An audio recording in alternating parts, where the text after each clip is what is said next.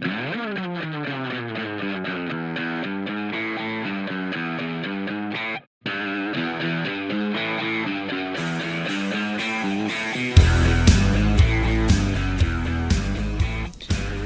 and welcome to episode 2 of Hunt Nashville. I'm Kevin Weaver, and beside me is my buddy Jared Woodard. That's me. MCR extraordinaire, Hunt Nashville, Double Trouble. Deer Slayer, builder. Yeah. Does it all. That's right. Our first episode went great. I mean, the Grammy board just called. We just got a phone call. Hey, little known fact, my brother-in-law is on the Grammy board. He is? Yeah, Kevin's on the Grammy board. You didn't know. Man. We need there to you go. Name drop. Let me pick this up real quick. Kevin Kadish. Name drop right there. Yeah. Also, we need to interview Kevin because he lives in Nashville. He's never been hunting. Never shot a gun. He never shot a gun? No, he has. He shot a 20 gauge at a dove hunt one time. Nice. Yeah, and he swore he never did again. What are some of Kevin's accolades? Kevin wrote and produced All About This Bass from All About That Bass. This bass. Talking about my bass in particular, actually. All About That Bass, Megan Trainor, and then some Jason Mraz stuff, Willie Nelson, Rob Thomas, Sheryl Crow. This is your brother-in-law? Yeah. He's way cooler than me. We should just replace me with him, honestly.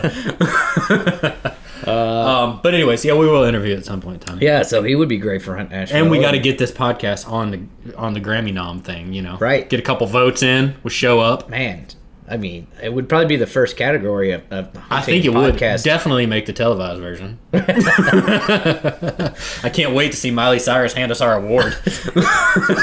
Can they add antlers to the Grammy? Oh, we're going to do a full performance, and it'll be us in antlers playing a Double Trouble original song. Yes. Yeah, it'll be amazing. All right. But how was your week, Kevin? Oh, it was great, actually. Segue.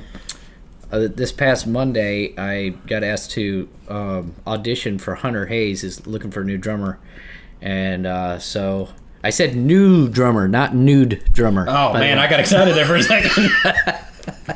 Woo, I was like, I'm coming to those shows. They cannot pay me enough to do that. Are you sure? No. Well, no. So I tried out for Hunter Hayes, and it was an awesome audition. I really enjoyed it. Hunter is a phenomenal guitar player and musician. He played everything on his first album. Like everything? Yeah, like drums, bass, piano, guitar, mando. Did Dan Huff do that first record? I think so. No. Yeah. That's crazy. But my buddy Matt Utterback, who was in King Billy, the band I was in, he has been playing for Hunter for like 6 years or so.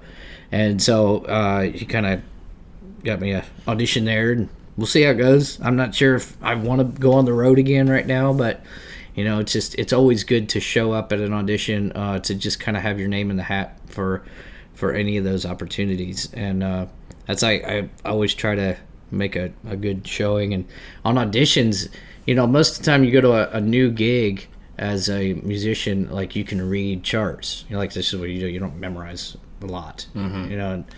But on an audition, you've got to memorize it. They want to know that you know the songs and everything. So I just spent most of this past weekend down in the hunting/drum studio downstairs, and my wife is very understanding, and she took Cadence to her mom's place, and they hung out for, you know, a day and a half there, and I just started memorizing. But that's awesome. It went pretty good. I did drop a stick. Yeah, you didn't hit any cymbals off the stands, though, did you? No, I didn't. Which has happened. I sent one flying across at the artist. No, which is never good. So, but yeah. But how about you? You got a new project started there? No. Well, I'm just working on a bunch of stuff. Kind of the same old. I'm gonna brag. I always hate when people post crap on Facebook about how they're working out and they like take pictures of themselves in the gym. I totally get it now. I started working out for the first time in my life on Tuesday morning. I got up at 5 a.m, went to the gym, which I've had a membership to for 3 years. Right. My wife goes 2 or 3 times a week. I've never been, and I got on a treadmill for the first time in the 31 years I've been on this earth. I had to get one of the guys. It was at the front to show me how to work it. How to turn it on? I had no idea. That's hilarious. And so I've gone twice this week. I'm only going because I want to be svelte. I want to trim down. Is that like swole? Or? It's like yoked. Is it buff? It's buff, yeah. Okay, yeah. I want to be muscular. Trim.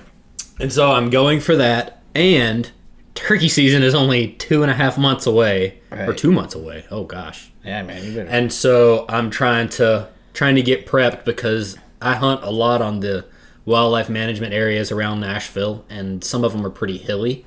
And so I got to get ready to start climbing some mountains. Cheatham County is really... Oh my gosh. I mean, it's like 10,000 acres. It's 21,700 acres. That's double. Literally twice as much.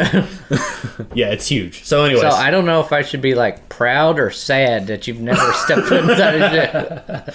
I'm mostly sad for myself. I'm starting to get proud. So I've only been twice. But maybe now that it's on the record, I can hold myself to actually going 2 or 3 times a week. I mean, all of our listeners... Yeah, all of our listener.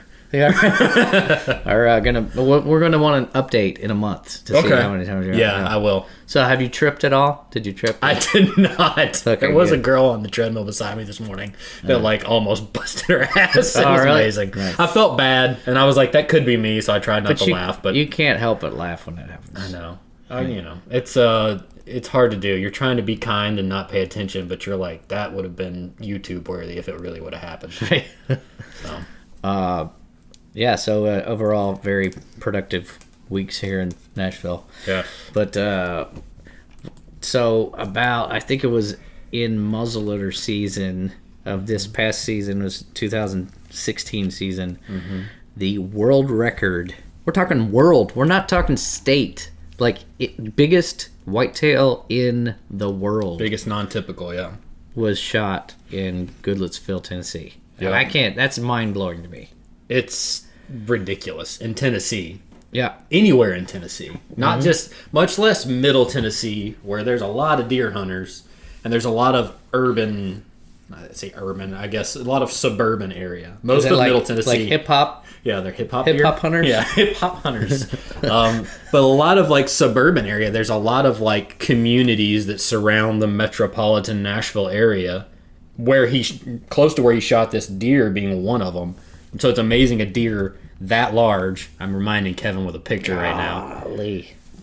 That's insane. It looks like it has inches. It looks like this deer has another deer strapped to its head. You know, like you see 2 deer that one dies. It looks like the deer left his antlers on his antlers. And so we've got some friends at the TWRA, and Bobby Wilson's the associate director or the assistant director up there, and I asked him about it. We were at a New Year's Eve party, and I was talking to him, and I'm like, what? It's like, is this legit? He said, no. He said, from all we can tell, this is a wild deer that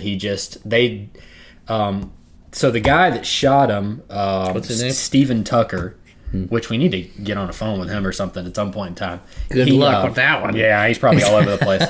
He had not seen this deer until this year. His family's had this farm for 40 years, and they had not even seen this deer until this year. He said until September of this year, no one's put eyes on this deer.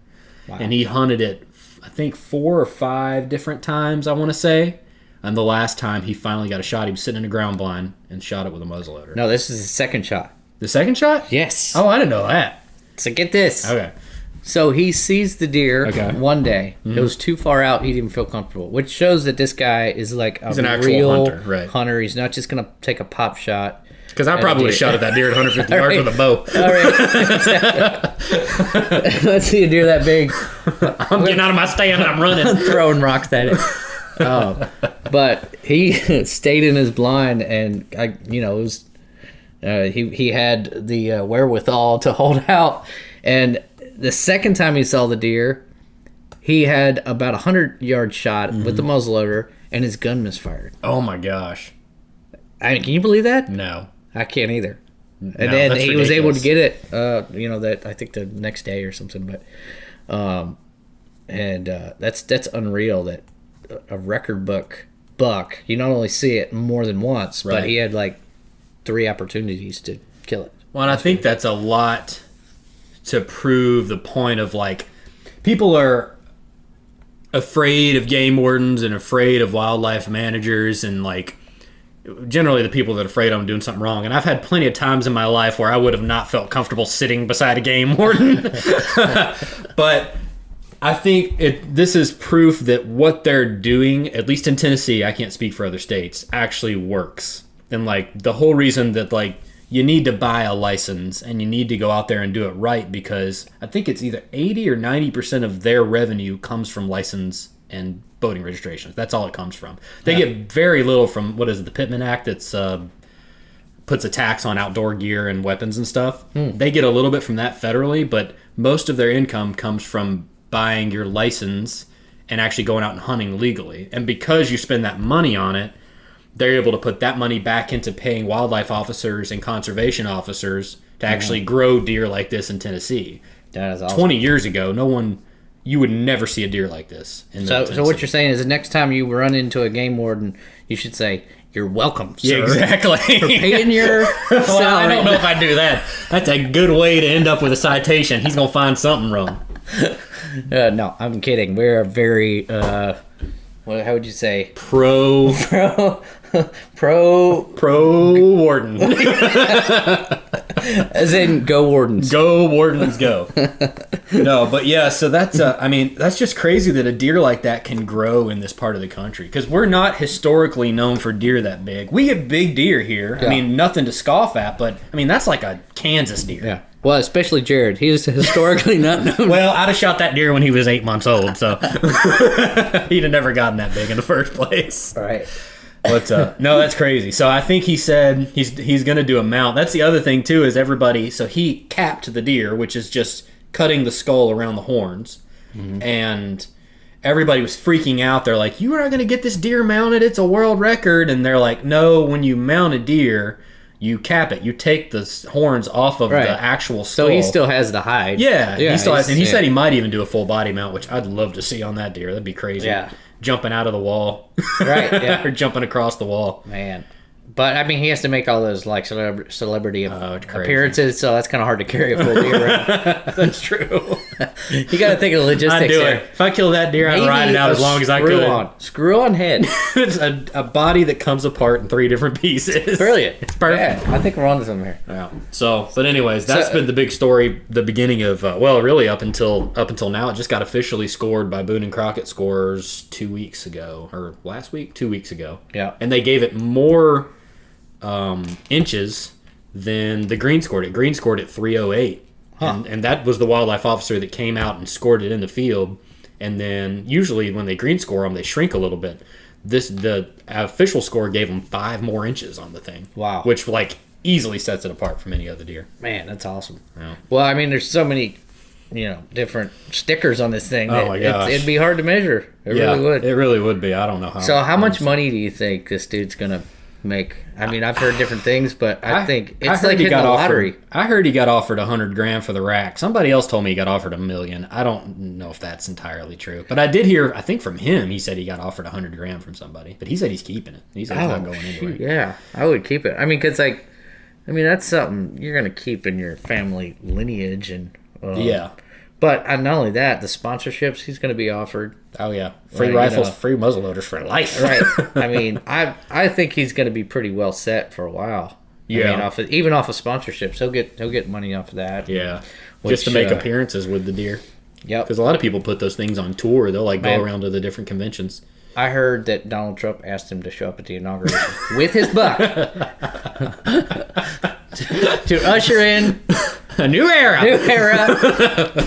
in the United States. Now, we're not going to get political on this. We might a little bit. Maybe a little bit.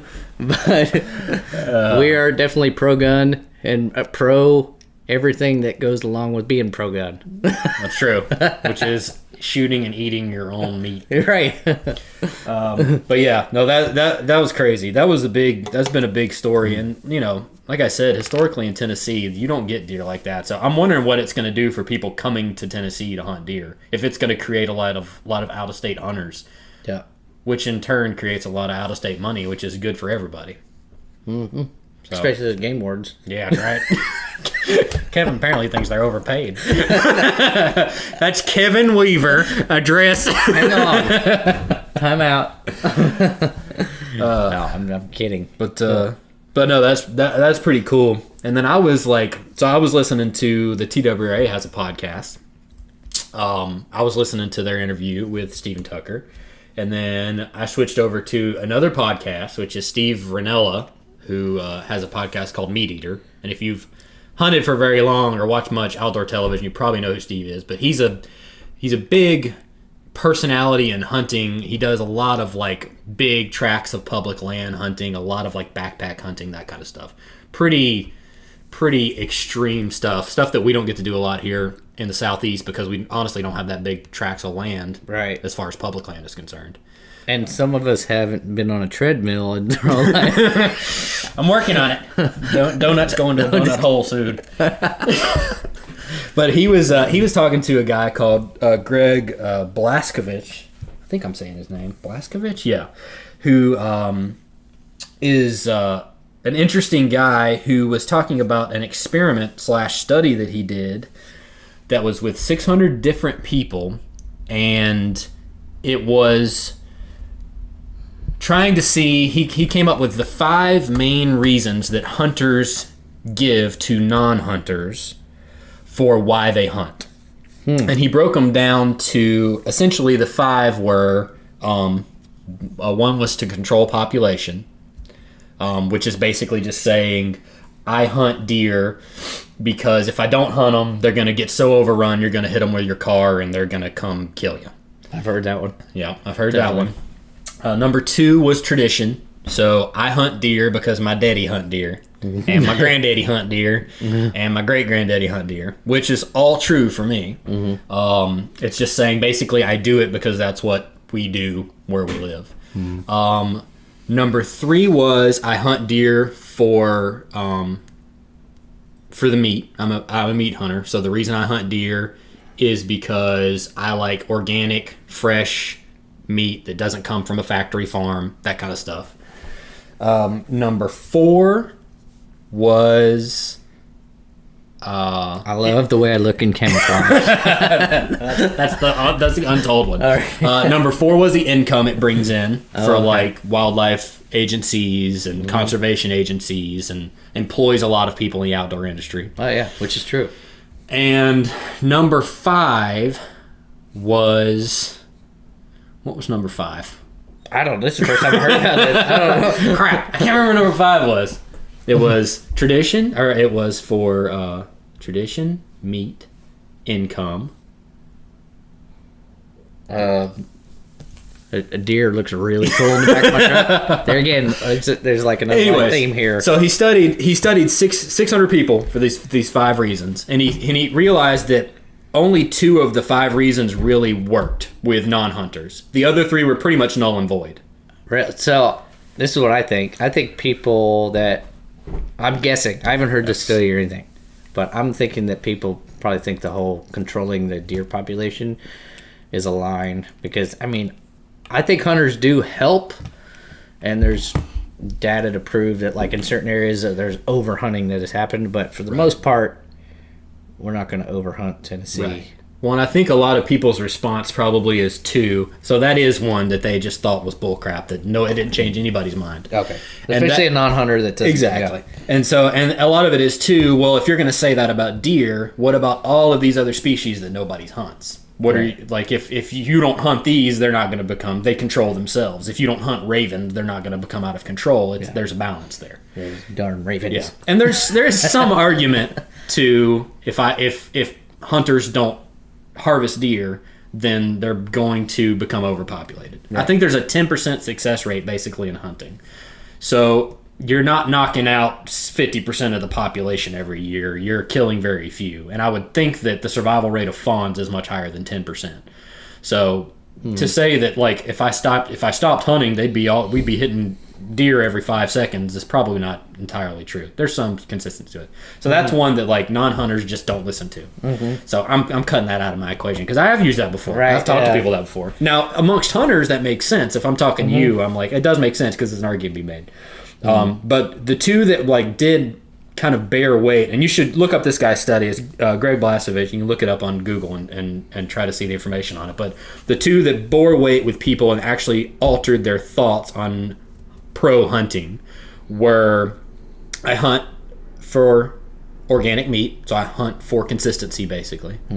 Like, I hunt because I don't want to interact with factory farming. I don't want to be part of that problem. Like, organic meat comes from the wild. I think the problem with that is there's a lot of guys that say that they do that and maybe don't do that as much. They say, oh, I'm hunting for the meat, but don't kill a deer for 4 years because they're waiting on a giant buck. Which, again, there's nothing wrong with trophy hunting. But if you're doing that, you can't really say you're hunting for the meat, because you need more meat than once every 4 years from a 130-pound doe.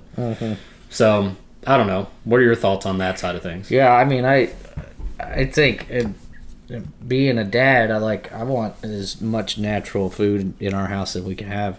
And, you know, all of the hormones that they're putting in meat now is pretty disturbing. Yeah.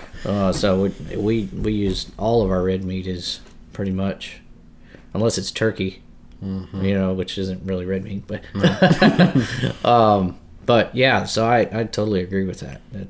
Yeah. Well, I think I love the organic aspect of it. You know, the free range aspect of it. That I don't know, that for me, it's like it's so rewarding to be able to take an animal that you've seen, you know, walking around, and it's lived its full life, and then you harvest it and take it home and have dinner off of this animal. It's pretty awesome.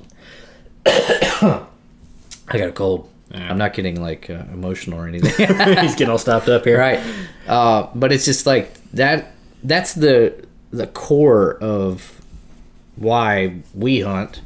Yeah, you know, it's like, you know, that we're allowed to do this. It's pretty amazing, and it's a tradition that has gone on for thousands of years. And as far advanced as everything is, it just takes it back to your roots. You know, just like hunter-gatherer roots. That well, there's a connection I have with every deer I shoot. I heard a guy say one time he was having a discussion with a guy who was a vegan, and he had written this vegan book about how hunting was ethically bad.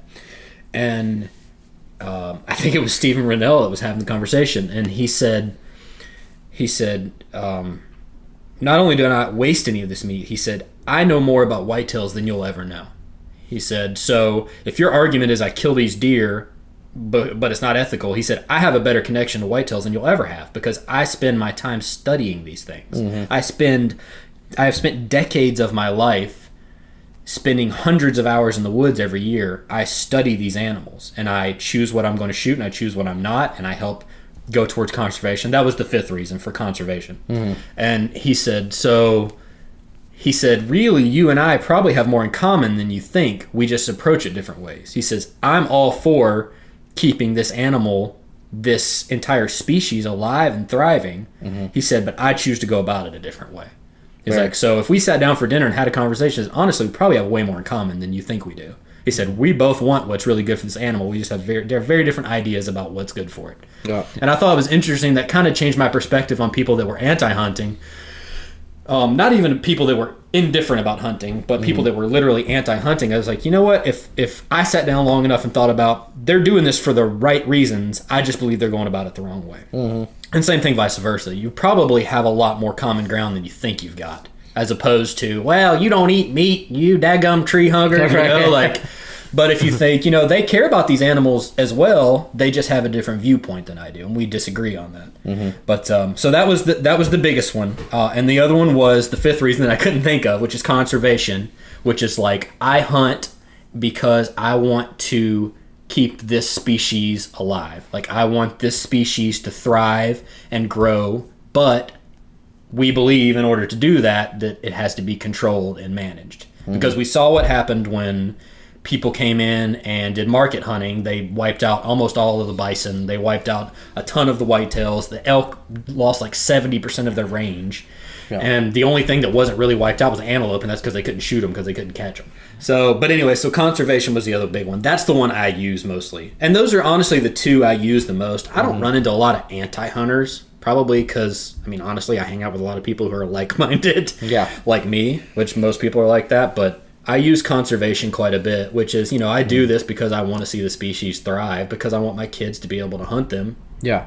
And everybody to be able to enjoy this thing. And I believe that the way to do it is to manage the population by hunting and put forth, plant food plots and buy my licenses so conservationists can go out and do what they need to do in order to help the species thrive. And, they set bag limits on all these animals. If there's not enough animals, they cut the bag limits down. People don't realize there's regulations on all this. They're watching it every year. That's why you check in deer. Exactly. That's why we always check in every deer we shoot, just to, so we can be a part of that. Just almost every deer. Jared. I check in almost all of mine. I process them myself. But it's... but getting back to the whole, the vegan side of things, being a musician, when you get on a tour bus, it's almost exactly right down the middle of like the type of person that is on the bus. There'll be like a hunter, and then there'll be like on the far left a vegan that is somewhat anti, and there's people in between. So, but in the last like 5 years, I've had more guys approach me that are interested in bow hunting, because not only because rifle hunting is kind of look like it's easy, even though it's not. Right. If you're a hunter, it's not easy to put a good shot on a deer that's going to be an ethical kill, and you're doing everything. It's just that last split second before you take the shot, right, that you have to draw back with a bow or take a shot with a rifle. That's my opinion. But people that have never been around it, they look at rifle hunting like, oh, that's easy, you just go out and shoot a deer. But it's not that. We know it's not that way. Yeah. But I've been having more guys come up to me and be like, yeah, I'd like to try that out, because we've been really into clean eating and that whole side of things. So it's almost like this hipster side of hunting that is starting to come around, like dudes that are dressing like they're Amish guys with suspenders. But there's nothing wrong with that. Nothing wrong with that. And flannel shirts. That's like, not my thing. I don't want to look like a urban lumberjack. But if that's your thing, I totally respect you. Like, I'd like, yeah, man, come on hunting with me. But I think that's why, like, I'm not going to put a rifle in his hand, and I'm going to stand at least 40 yards away. Right. But I think that's why the meat argument works so well, because that's generally why people are moving to that. They're like, oh man, we want to eat organic. We only want stuff that didn't come from a factory farm. I don't want a cow that was killed with a piston to the head and chopped up, and who had ammonia washed into the burger and that kind of stuff. Like, they do that? Ammonia? Yeah. They mix it, or they used to. I don't know if they still do. It's pretty bad. You should watch Food Inc. It's pretty awful. But anyways, I thought that study was super interesting, because I've been thinking about that for a while, but because I don't run into a lot of anti-hunters per se, I haven't had a good chance to discuss that out or debate that out with someone to actually form a really good opinion on it. I know why I hunt, but sometimes it's hard to articulate it, and that gives me a little bit more ammunition, or a little bit more insight on what people that aren't hunters think about it, and what actually works with them. Because I'd like to convert as many people as possible. I think it's awesome. But you can't really tell people why you really hunt. Why do I really hunt? Because you just love to look down the barrel of a gun and see bloodthirsty. No. That is part of it, though. I mean, that's 5 reasons, but there's way more than 5. Like, the camaraderie is huge.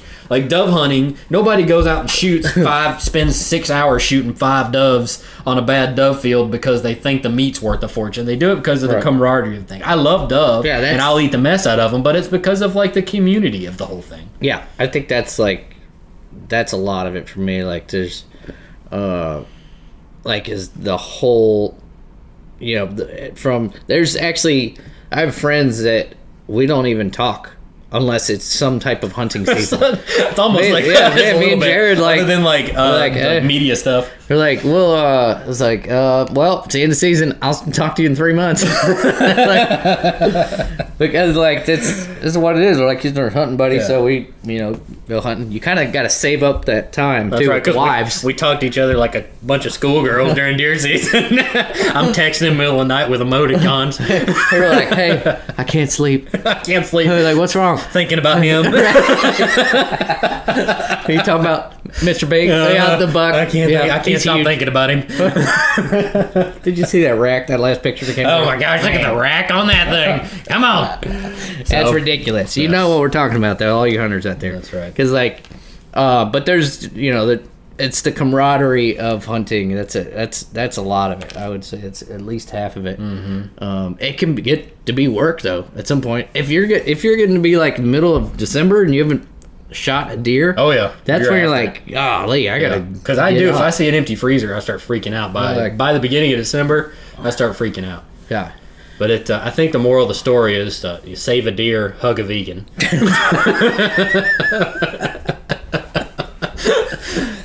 Shirts. I think that's a t-shirt. Man, right, save a deer, hug a vegan. There could be a third. I don't know what the third is. Yeah, I don't know.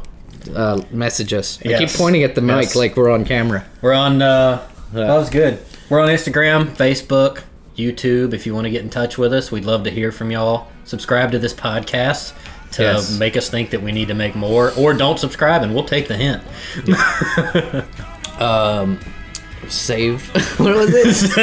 Save a deer, save a whitetail, hug a vegan. Like save a horse, ride a cowboy, same thing. Save a deer. I feel like there's like something that could be different. Hug a vegan by shooting a deer. Shoot a deer, hug a vegan. Hug a vegan, shoot a deer. That's pretty good, actually. Hug a vegan, shoot a deer. If you don't want to shoot a vegan, hug a deer. Yeah, it could be flipped around, I guess, in some people's mind.